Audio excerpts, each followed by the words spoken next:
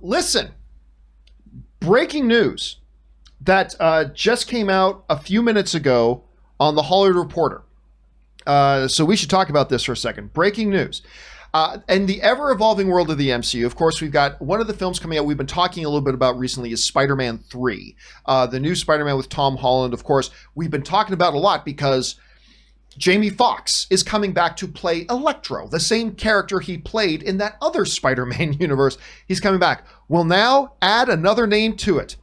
It has been confirmed by The Hollywood Reporter that Benedict Cumberbatch as Doctor Strange is going to be joining Spider-Man 3. Now, they say the following about this. It says the move puts Cumberbatch in the mentor role that was previously occupied by Robert Downey Jr.'s Tony Stark and Samuel L. Jackson's Nick Fury character. That's what they say. Now, The Hollywood Reporter also goes on to mention that this could be, the inclusion of Doctor Strange could be the way they explain how Jamie Foxx's Electro character from a completely different movie franchise that died, which is the Marvel Fake Death universe, who cares, who had died is suddenly coming back to play it, which is still an interesting question.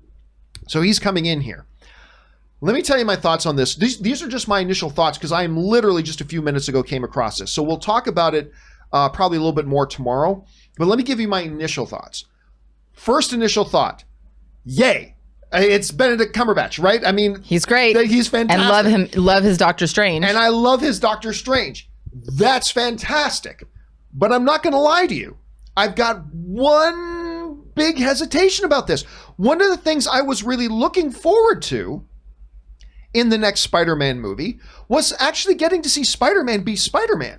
I mean, so far, every time we've seen Spider-Man, he's just been this kid who has had to have grown-ups holding his hand through it. In Spider-Man Homecoming, it had to be Tony was his kind of mentor father figure. As we got in the next one, Hap and Nick Fury kind of both took that role. I mean, I was kind of looking forward to Spider-Man 3, getting to see, all right, guess what? He's college age now. He's been Spider-Man for a while. It's been a few years. Let's actually see Spider-Man be Spider-Man. So, I mean, I don't know. Maybe this will just be a minor thing. Like maybe when the state's going to take on a mentor role, maybe he'll be in it for like 10 minutes of the movie and gone. Or maybe he's going to be like in there for like an hour of the film. I don't know. So I'm a little torn right now. I'll process this more overnight, but I got two brains on this. One, yay, awesome. On the other hand, I'm a little bit, would have been good just to see Spidey be Spidey finally. Like no longer, don't let him be Iron Man Jr. anymore. Let him be Spider-Man. So I don't know. I'm a little torn. Aaron, you just heard this news along with me. What's your first reaction to hearing about this? Well, I mean, first of all, anytime that we can get more Benedict Cumberbatch, especially as Doctor Strange, I'm excited about that. I love him in this role. I think that he really brings such a powerful presence to any project that he does, especially as this character. And, you know, to your point, I wonder if that's almost by design, if keeping Spidey as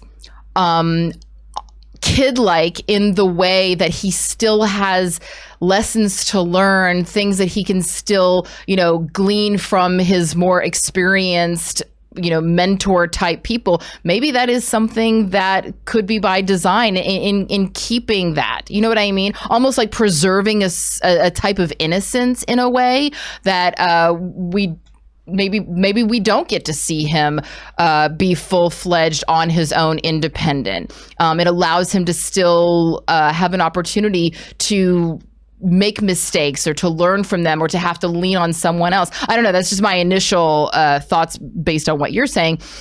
But yeah, it'll be interesting to see how much, as you said, Doctor Strange is a part of this versus just coming in, you know, for a moment of inspiration and then leaving. Right. And then obviously then the next big suspicion, they're not saying this, but I mean, obviously our minds are going to go here, is that then how is this specifically tying into the upcoming Doctor Strange movie, Doctor Strange and the Multiverse of Madness, which we also already know is very much tied into the upcoming WandaVision series, because, you know, we're going to see Wanda is going to be predominant as well in the Doctor Strange movie. So are we seeing a very, very interconnected story here?